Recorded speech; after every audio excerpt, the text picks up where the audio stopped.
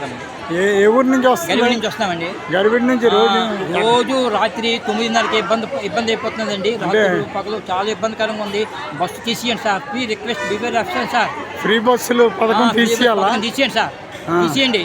మీరేమనుకోవద్దు, మీ ఓట్లు తగ్గిపోతే మీకు మగవాళ్ళు ఓట్లు లేరు. Please request sir. దానివల్ల మీకు రోజు తిరిగే ప్రయాణికులకి గారు పవన్ కళ్యాణ్ గారు ముగ్గురు కూడా ఆలోచించి ఫ్రీ బస్ తీసేయండి sir. Please request behaviour of experience sir. Behaviour of experience తీసేయండి సార్.